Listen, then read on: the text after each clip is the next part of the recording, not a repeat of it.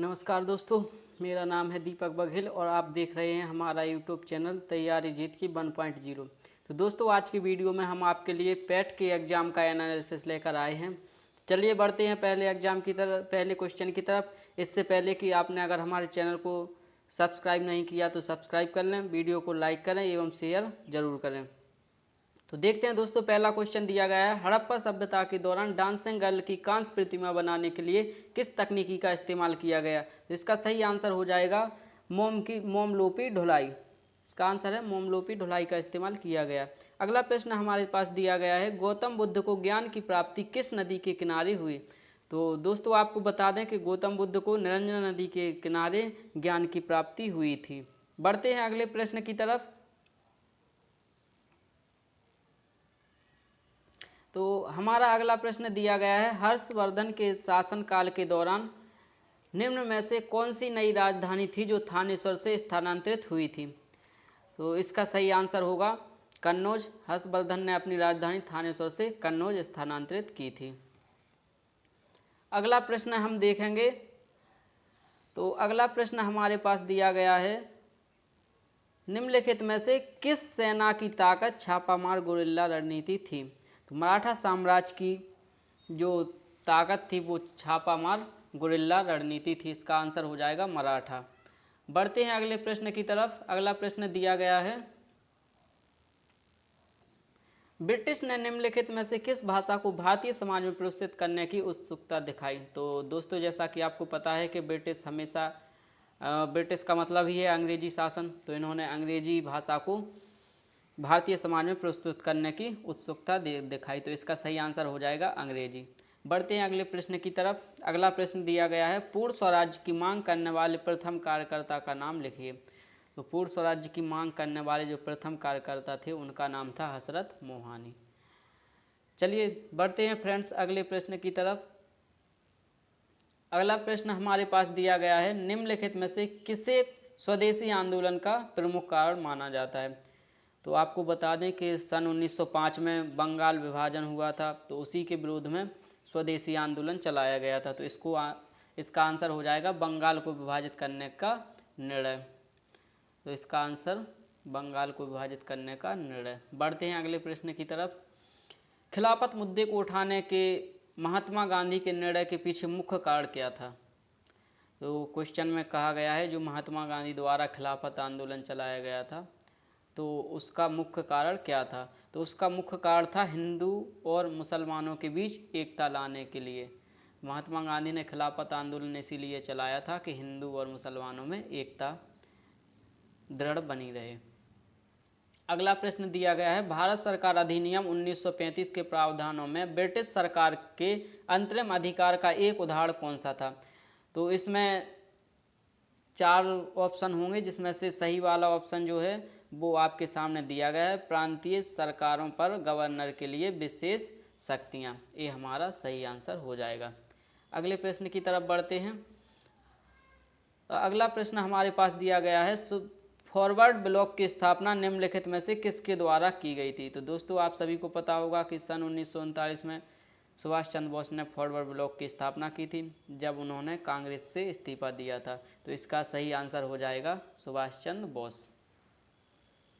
अगले प्रश्न पर चलते हैं।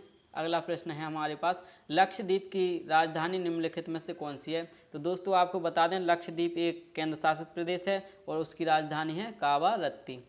अगले प्रश्न को देखते हैं, निम्नलिखित में से किस स्थान पर दिन और रात के तापमान में व्यापक अंतर पाया जाता है।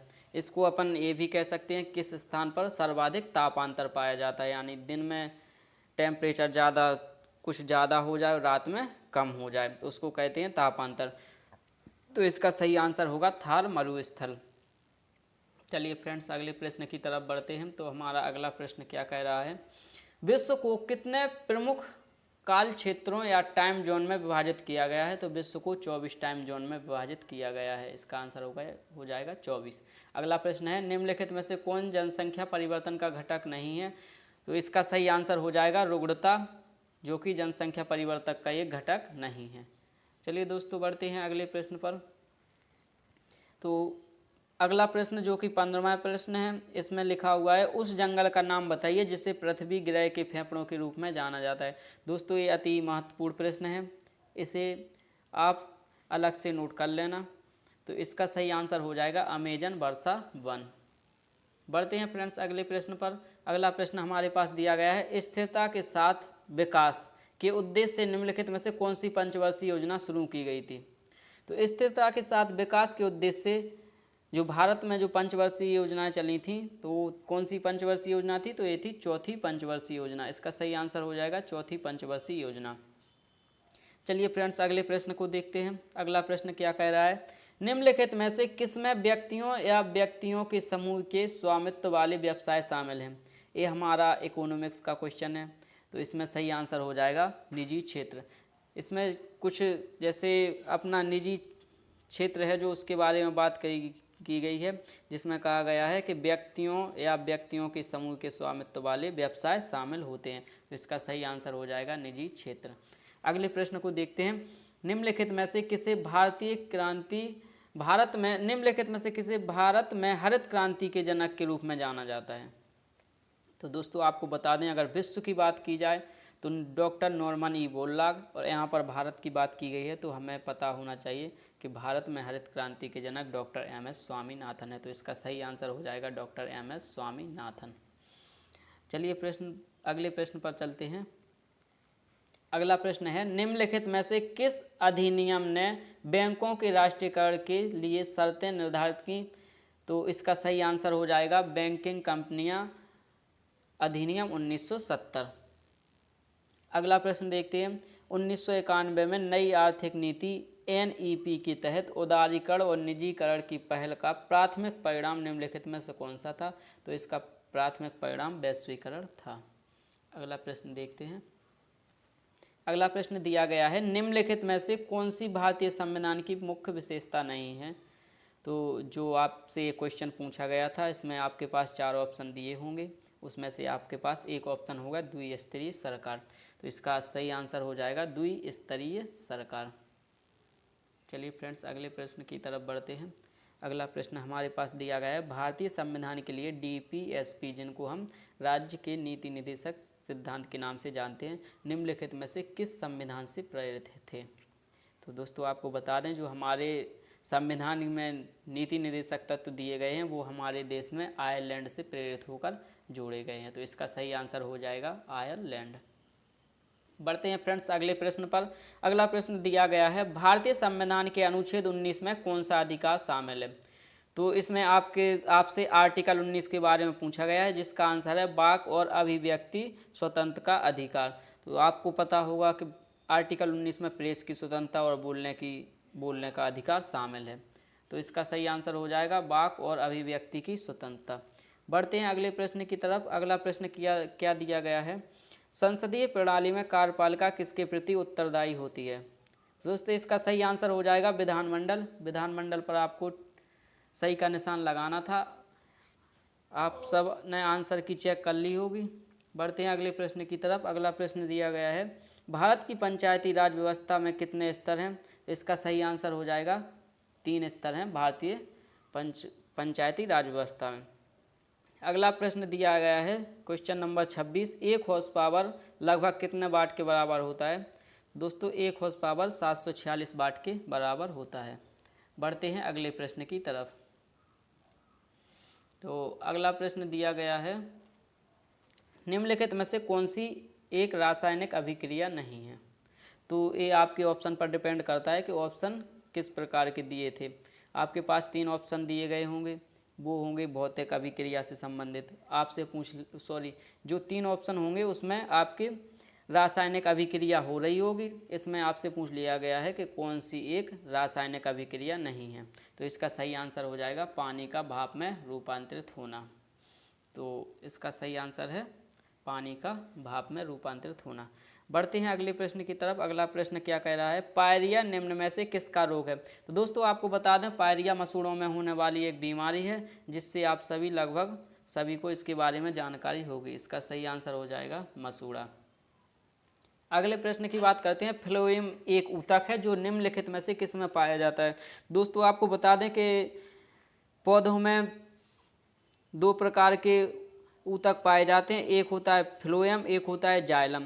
तो जाइलम का जो कार्य होता है वो जल का संवहन होता है और फ्लोएम का कार्य होता है भोजन का संवहन करना। तो इसमें आपसे पूछा गया है फ्लोएम एक ऊतक है जो निम्नलिखित में से किस में पाया जाता है। तो दोस्तों आपको पता होना चाहिए कि फ्लोएम पौधों में पाया जाता है, तो इसका सही आंसर हो जाएगा पौधे। अगला प्रश्न देखते हैं, निम्नलिखित में से कौन सा एसिड कार बैटरी में प्रयोग किया जाता है या कौन सा अम्ल कार की बैटरियों में प्रयुक्त किया जाता है। तो इसका सही आंसर हो जाएगा सल्फ्यूरिक अम्ल। अगला प्रश्न देखते हैं, निम्न में से कौन सा सबसे बड़ा है। तो दोस्तों यहाँ से आपके मैथ के सवाल आ गए हैं। तो मैथ के सवाल जैसा कि हम आपको यहाँ पर आंसर टिक करवा देते हैं, इसके बाद आप घर पे जो भी क्वेश्चन दिए गए हैं उसको सॉल्व करना रजिस्टर पर। तो इसका सही आंसर हो जाएगा, जो भी आपके पास क्वेश्चन था उसका आंसर था 7/8। अगला प्रश्न दिया गया है, आपके पास एक सरलीकरण से एक क्वेश्चन दिया गया है जो कि फॉर्मूला पर आधारित होता है। क्वेश्चन आपके सामने है, आप क्वेश्चन को नोट करके लगा सकते हैं। इसका आंसर होगा 2.35। बढ़ते हैं अगले प्रश्न की तरफ। तो अगला प्रश्न है 19 का कितना प्रतिशत 7.6 है। तो ये सभी मैथ के प्रश्न हैं, इनके केवल हम आपको आंसर टिक करवाए देते, बाकी आप प्रैक्टिस घर पे करना इसकी। तो इसका सही आंसर हो जाएगा 40%। अगला प्रश्न है 60 से 70 के बीच की सभी अभाज्य संख्याओं का औसत कितना है। तो इसका सही आंसर हो जाएगा 70.2। अगला प्रश्न दिया गया है, रूट में कुछ संख्या दी गई है 12.0409 माइनस रूट में दी गई है 1.2544। इसका सही आंसर हो जाएगा 2.35।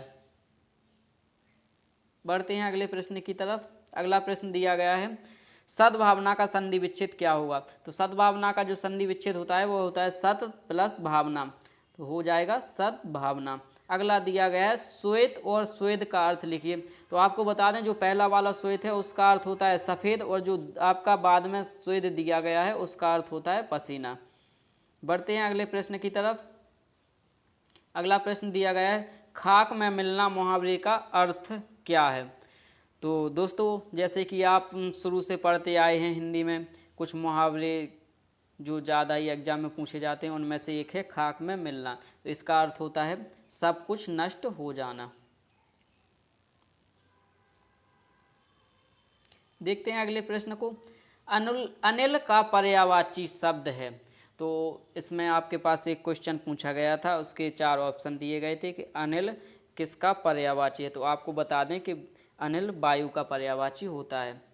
अगले प्रश्न की बात करते हैं, गुप्त का विलोम शब्द क्या है। तो आपको बता दें गुप्त यानी जो दिखाई नहीं देता है उसे कहते हैं गुप्त। तो गुप्त का विलोम शब्द हो जाएगा प्रकट, जो हमें दिखाई देता है। अगले प्रश्न पर चलते हैं। अगला प्रश्न आपके पास कुछ पैसेज आ गया है इंग्लिश का, जो कि पैसेज है, इसमें आपको देखना था एलिजाबेथ वाज सफरिंग फ्रॉम। तो इसका सही आंसर था अस्थमा। अगला प्रश्न दिया गया था एलिजाबेथ्स नेवर लिव्ड। तो आपको देखना था कि वो कहाँ पर रहती थी, तो उसका आंसर था डाउन स्टेयर। इसका आंसर लगाना था डाउन स्टेयर। इसके बाद आपके पास अगला प्रश्न दिया गया था, चूज द करेक्ट एंटोनिम मौन। मौन का आपको एंटोनिम्स बताना था, तो उसका सही आंसर था जॉय। अगला प्रश्न दिया गया था, give one word substitute for the following one who sell articles at public sales. इसका सही आंसर था ऑक्सनियर। तो इसमें ऑक्सनियर पर आपको सही क्लिक करना था। इसके बाद आगे बढ़ते हैं, अगला प्रश्न देखेंगे। तो अगला प्रश्न आपके पास दिया गया है, कुछ आपके पास कथन दिए गए हैं, आप पहले क्वेश्चन को सही ढंग से पढ़ें। दोनों कथनों को पढ़ें और तय करें कि निम्नलिखित में से कौन सा उत्तर विकल्प इन दोनों कथनों के बीच संबंध को सही ढंग से दर्शाता है। तो पहला कथन दिया गया है, पुलिस प्राधिकरण ने हाल ही में शहर में सुबह के समय चौकसी बढ़ा दी है। आप पहला पॉइंट पढ़िए। पहले पॉइंट में लिखा है कि पुलिस प्राधिकरण ने हाल ही में सुबह के समय चौकसी बढ़ा दी है। और इसका दूसरा दिया गया है शहर में छोटे मोटे अपराधों की घटनाओं में काफ़ी कमी आई है। तो इसका जो सही आंसर था उसका आंसर था कथन एक कारण है और कथन दो इसका प्रभाव है। तो इसका सही आंसर हो जाएगा कथन एक कारण है और कथन दो इसका प्रभाव है। बढ़ते हैं अगले प्रश्न की तरफ। अगला प्रश्न था कुछ ब्लड रिलेशन से संबंधित था। गोपी ने विवेक से कहा वह व्यक्ति मेरी माँ के इकलौते भाई का पिता है, गोपी उन्हें क्या कहेगी। तो इसका सही आंसर हो जाएगा नाना। इसका सही आंसर नाना। इसके बाद आगे चलते हैं। अगला प्रश्न दिया गया है जो कि रीजनिंग से संबंधित है। विषम चुने। तो इसमें विषम देखना है कौन सी संख्या है। तो इसमें विषम हो जाएगी 33। क्या है, जो जितनी भी ये संख्याएं दी गई हैं ये सब अभाज्य संख्याएं हैं और जो 33 दी गई है वो एक भाज्य संख्या है। तो इसका सही आंसर हो जाएगा 33।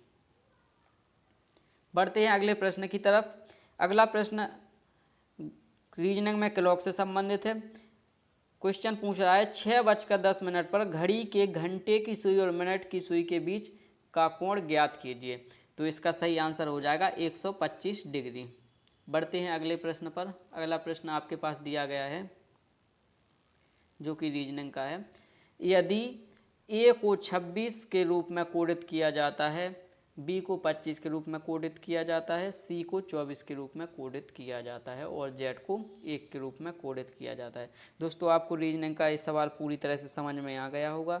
इसमें अपोजिट काउंट कर रहे हैं। ए फर्स्ट पर होता है, जेड होता है 26 पर, तो ए की तुलना जेड से कर रहे हैं यानी अपोजिट लिख रहे हैं। तो उसी प्रकार वो मोबाइल के लिए कोड पूछ रहे हैं। तो आपको पता होना चाहिए एम के अपोजिट एन होता है, एन का 14 होता है, ओ के अपोजिट एल होता है, एल का 12 होता है।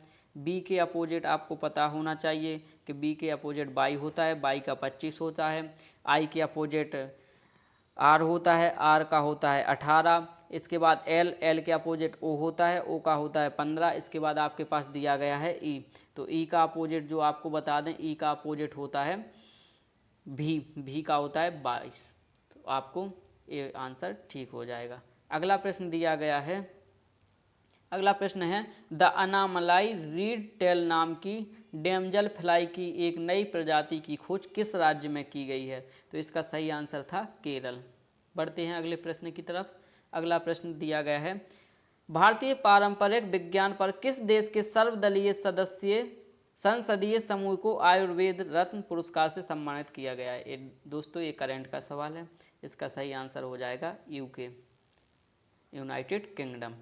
अगले प्रश्न पर चलते हैं। अगला प्रश्न है INS तरकस ने लाल सागर में नौसेना के जहाज़ों अल्माज PC-411 और निमेर PC-413 के साथ एक समुद्री साझा अभ्यास का आयोजन किया है। तो लाल सागर में किस देश की सेना के साथ? तो INS तरकस ने सूडान की नौसेना के साथ ये अभ्यास किया है। तो इसका आंसर हो जाएगा सूडान। अगला प्रश्न दिया गया है जागृति निम्नलिखित में से किस क्षेत्र से संबंधित शुभंकर है। तो जागृति उपभोक्ता जागरूकता से संबंधित एक शुभंकर है। अगले प्रश्न की बात कर लेते हैं। अगला प्रश्न आपके पास दिया गया है महाराष्ट्र में स्थित औरंगाबाद का नया नाम लिखिए। तो दोस्तों आपको बता दें जो महाराष्ट्र में औरंगाबाद स्थित है उसका अभी हाल ही में नाम चेंज हो गया है। तो उसका नाम चेंज करके रखा गया संभाजी नगर। अगले प्रश्न की बात कर लेते हैं निम्नलिखित में से किस कंपनी ने जुलाई 2022 में भारतीय खिलाड़ियों के प्रदर्शन को बढ़ाने के लिए भारतीय ओलंपिक संघ के साथ दीर्घकालिक साझेदारी की घोषणा की है। तो इसका सही आंसर हो जाएगा रिलायंस इंडस्ट्रीज लिमिटेड। बढ़ते हैं अगले प्रश्न की तरफ। अगला प्रश्न हमारे पास दिया गया है टाटा पावर सोलर ने किस राज्य में भारत की सबसे बड़ी फ्लोटिंग सौर ऊर्जा परियोजना शुरू की है। फ्लोटिंग का अर्थात होता है फ्लोटिंग अर्थात तैरती हुई परियोजना। तो ये टाटा पावर सोलर ने किस राज्य में? केरल में शुरू की है। अगले प्रश्न की बात कर लेते हैं। अगला प्रश्न दिया गया है हिमाचल प्रदेश में 21 दिवसीय संयुक्त अभ्यास वज्र प्रहार 2022 किन देशों के बीच संपन्न हुआ। तो आपको बता दें कि वज्र प्रहार जो युद्ध अभ्यास है वो भारत और अमेरिका के बीच में होता है। अगला प्रश्न है डाक कर्मयोगी पोर्टल का उद्देश्य क्या है। तो जो डाक कर्मयोगी पोर्टल है इसका उद्देश्य है लगभग 4 लाख ग्रामीण डाक सेवकों की क्षमता में वृद्धि करना। तो इसका सही आंसर हो जाएगा लगभग 4 लाख ग्रामीण डाक सेवकों की क्षमताओं में वृद्धि करना। अगले प्रश्न की बात करते हैं। अगला प्रश्न दिया गया है, जुलाई 2022 में कॉफ़ी बोर्ड ने कॉफ़ी फसलों की जलवायु प्रतिरोधी किस्मों को विकसित करने के लिए किसके साथ एक समझौता ज्ञापन पर हस्ताक्षर किए हैं? तो इसका सही आंसर हो जाएगा इसरो। अगले प्रश्न की बात करते हैं, निम्नलिखित में से कौन सा देश भारत के साथ सबसे लंबी अंतर्राष्ट्रीय सीमा साझा करता है? तो इसका सही आंसर हो जाएगा बांग्लादेश।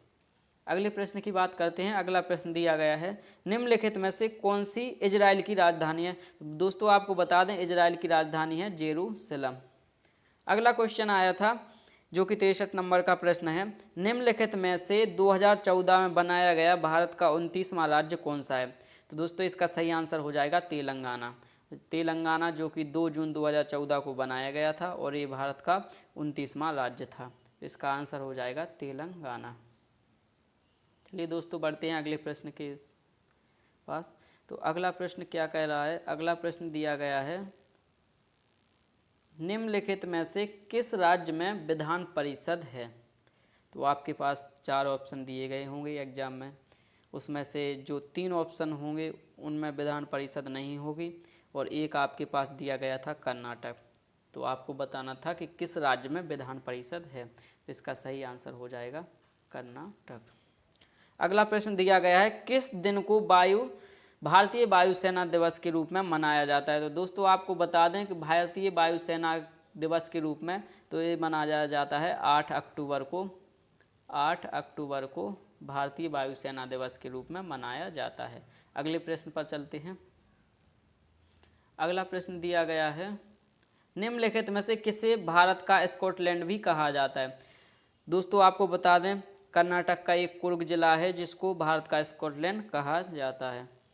अगला प्रश्न है, किस कला को मथुरा में स्टेलिंग की पारंपरिक कला कहा जाता है? तो एक सांझी कला है जिसको सांझी कला मथुरा से स्टेसलिंग की पारंपरिक कला है। तो इसका आंसर हो जाएगा सांझी। अगले प्रश्न पर बढ़ते हैं। अगला प्रश्न हमारे पास दिया है 68 नंबर का, वॉलीबॉल निम्नलिखित में से किस देश का राष्ट्रीय खेल है? तो आपके पास 4 ऑप्शन दिए गए होंगे, उनमें से कोई भी ऑप्शन सही नहीं था, इसलिए इसका आंसर हो गया इनमें से कोई नहीं। चलिए दोस्तों बढ़ते हैं अगले प्रश्न के पास। अगला प्रश्न दिया गया है, निम्नलिखित में से किस व्यक्ति ने प्रसिद्ध पुस्तक the story of my experiment with truth लिखी है? दोस्तों ये बहुत ही महात्मा गांधी की बहुत ही चर्चित पुस्तक है जो बार बार पूछी जाती है। इसका सही आंसर हो जाएगा महात्मा गांधी। तो महात्मा गांधी की कौन सी पुस्तक? The story of my experiment with truth. बढ़ते हैं दोस्तों अगले प्रश्न पर। अगला प्रश्न दिया गया है, वायुमंडल में ग्रीन हाउस गैसें पृथ्वी के अधिकांश उत्सर्जित डैश को अवशोषित करती हैं जो वायुमंडल को गर्म करती हैं। तो इसका सही आंसर हो जाएगा अवरक्त किरणें। चलिए दोस्तों इसके आंसर पर टिक कर देते हैं, इसका सही आंसर होगा अवरक्त किरणें।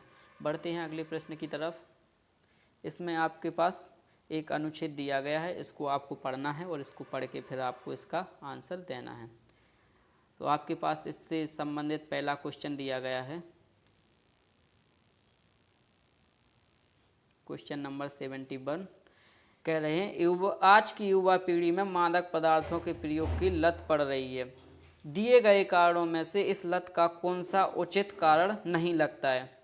तो इसमें से आपके पास 4 ऑप्शन दिए गए थे जिसमें से सही ऑप्शन था यदा कदा पान सुपारी का सेवन करना।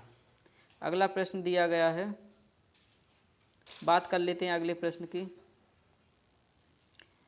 72, मादक द्रव्यों की लत पड़ने के बाद युवकों में कौन सी प्रवृत्ति प्रमुखता से दिखाई देती है?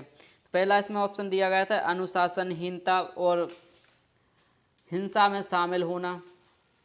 अगला दिया गया था स्वास्थ्य के प्रति सजगता। अगला दिया गया था मानसिक संतुलन खो देना और इसके बाद जो 4 नंबर का ऑप्शन था चोरी करने की आदत। तो आपको बता दें, मादक द्रव्यों की लत पड़ने के बाद युवकों में कौन कौन सी प्रवृत्ति प्रमुखता से दिखाई पड़ती है?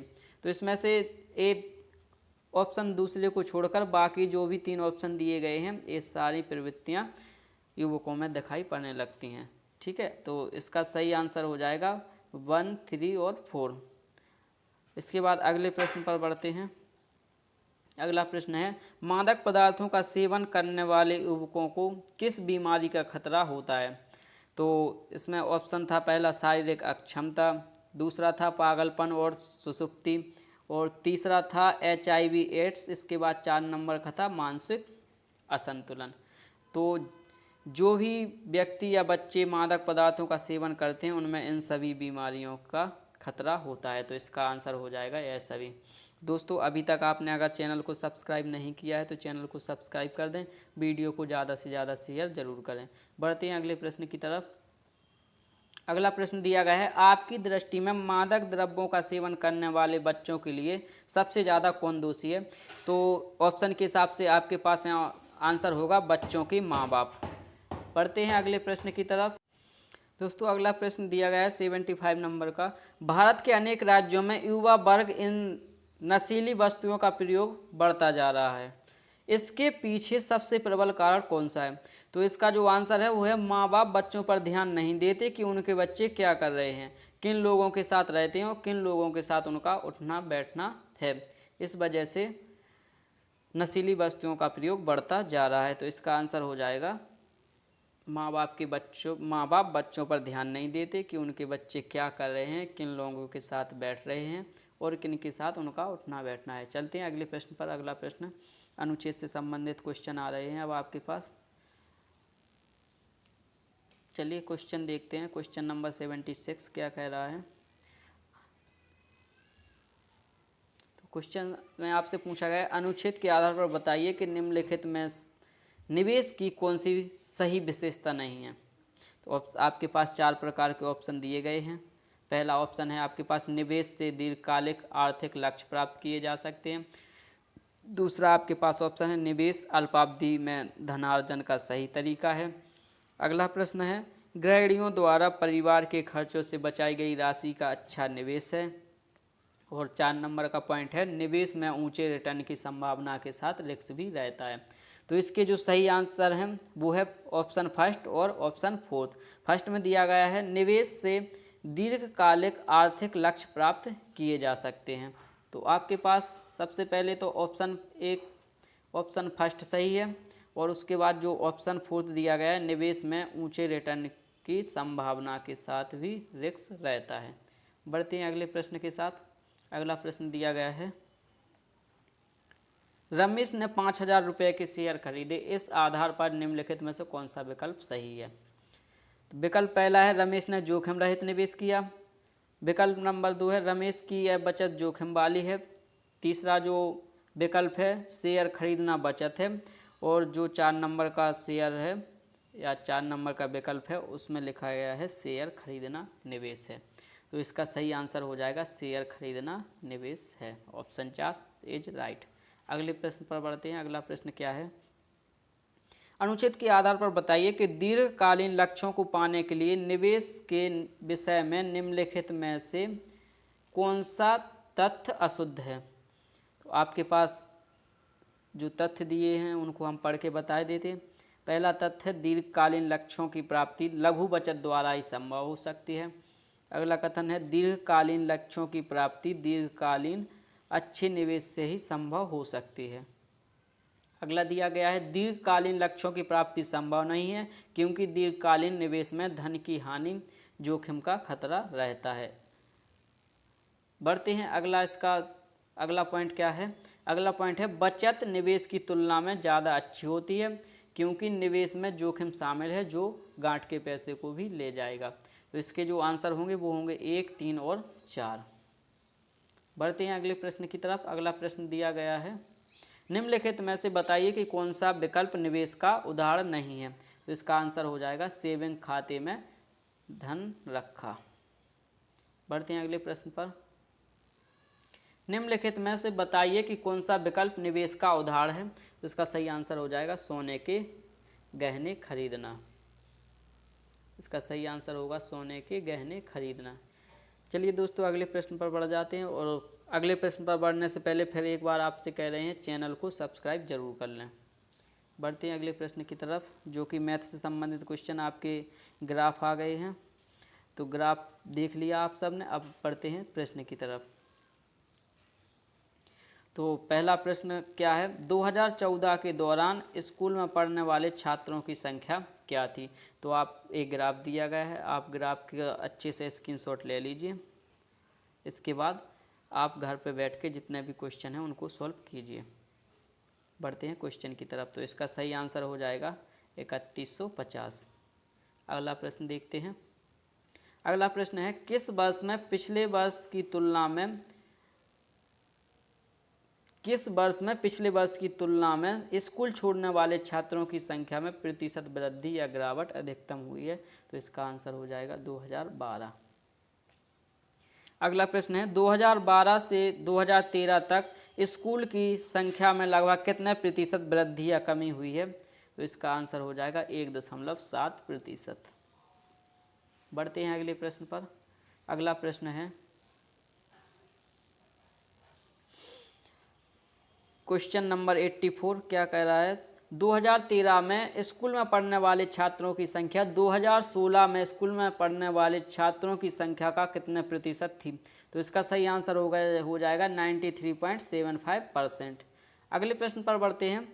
दी गई अवधि के दौरान किसी भी वर्ष में स्कूल में शामिल होने वाले छात्रों की न्यूनतम संख्या का स्कूल छोड़ने वाले छात्रों की संख्या से क्या अनुपात है। तो इसका सही आंसर हो जाएगा 7:10। इसका आंसर है 7:10। बढ़ते हैं अगले प्रश्न पर। अगला प्रश्न, इसके बाद एक और ग्राफ आपके सामने है, इस ग्राफ का अच्छे से स्क्रीनशॉट ले लेना, आगे इसके क्वेश्चन करवा रहे हैं। बढ़ते हैं क्वेश्चन की तरफ। प्रश्न नंबर 86, 2003 से 2004 तक मोबाइल के उत्पादन में लगभग कितने प्रतिशत गिरावट हुई है। तो इसका सही आंसर हो जाएगा 23% की गिरावट हुई है। अगला प्रश्न है, 2005 और 2006 का औसत उत्पादन निम्नलिखित में से किस वर्ष के युग के औसत उत्पादन के ठीक बराबर था। तो इसका सही आंसर हो जाएगा 2002 और 2007। बढ़ते हैं अगले प्रश्न पर। अगला प्रश्न है, 2001 की तुलना में 2008 में मोबाइल के उत्पादन में अनुमानित प्रतिशत वृद्धि कितनी थी। तो इसका सही आंसर हो जाएगा 183.33%। अगला प्रश्न देखते हैं, पिछले वर्ष की तुलना में किस वर्ष उत्पादन में प्रतिशत वृद्धि सबसे अधिक थी। तो इसका सही आंसर हो जाएगा 2002। अगला प्रश्न देखते हैं, दिए गए कितने वर्षों में मोबाइल का उत्पादन दिए गए वर्षों के औसत उत्पादन से अधिक था। तो इसका आंसर हो जाएगा 4 ऐसे वर्ष थे जिनमें उत्पादन दिए गए वर्षों के औसत उत्पादन से अधिक था। इसके बाद अगले प्रश्न की बात कर लेते हैं। फिर से एक और ग्राफ आ गया है, इस ग्राफ का आप स्क्रीनशॉट ले लीजिए। बढ़ते हैं इनके क्वेश्चन की तरफ।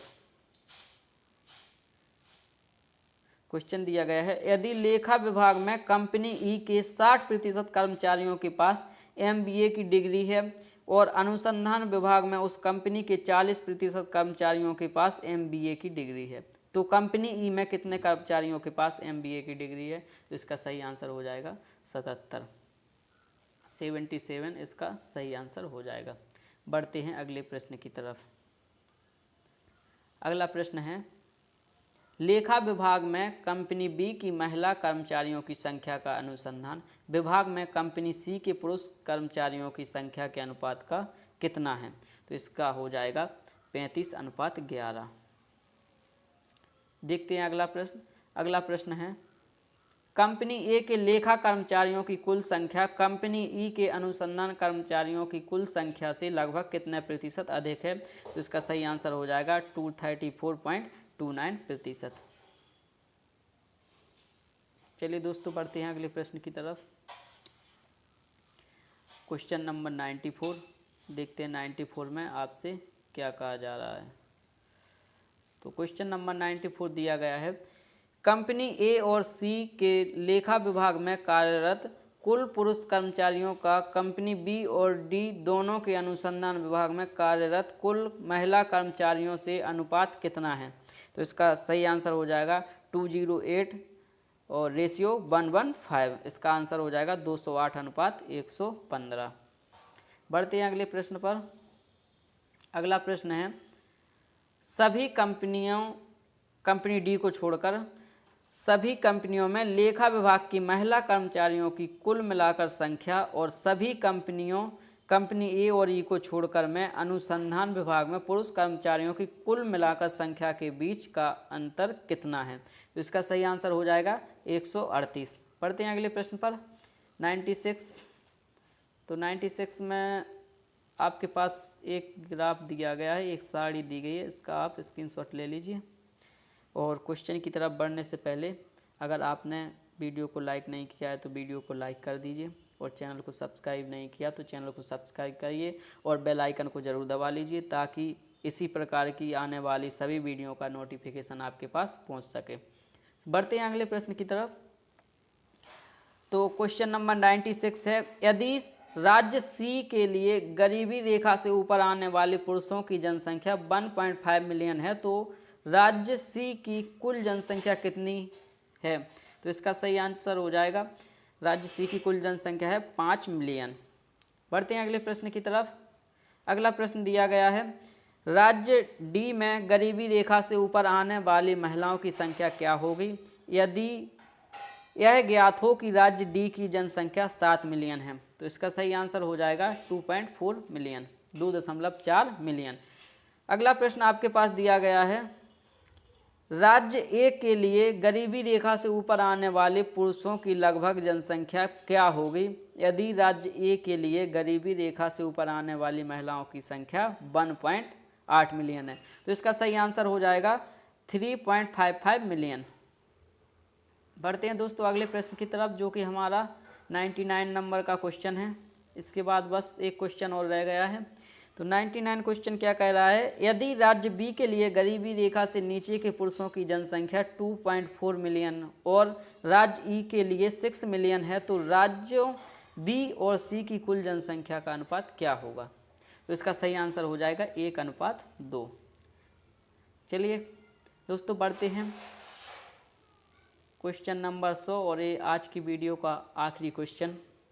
क्या दिया गया है, यदि राज्य सी की कुल जनसंख्या 4 मिलियन है तो राज्य सी में गरीबी रेखा से ऊपर आने वाली महिलाओं की कुल संख्या ज्ञात कीजिए। तो इसका सही आंसर हो जाएगा 1.8 मिलियन। तो दोस्तों ये थे हमारे आज के महत्वपूर्ण प्रश्न। इस वीडियो में हमने आपको पैट के एग्ज़ाम का एनालिसिस करके बता दिया है, जो कि 16 तारीख की फर्स्ट शिफ्ट का पेपर था, जिसका एनालिसिस आपके सामने करवा दिया गया है। और इसी प्रकार के अन्य एग्जामों के एनालिसिस देखने के लिए आप हमारे चैनल को सब्सक्राइब करें, जिससे कि आप तक हमारी सारी वीडियो पहुंच सके। और अभी तक अगर आपने वीडियो को लाइक नहीं किया तो वीडियो को लाइक भी कर लें और ज़्यादा से ज़्यादा शेयर करें। धन्यवाद।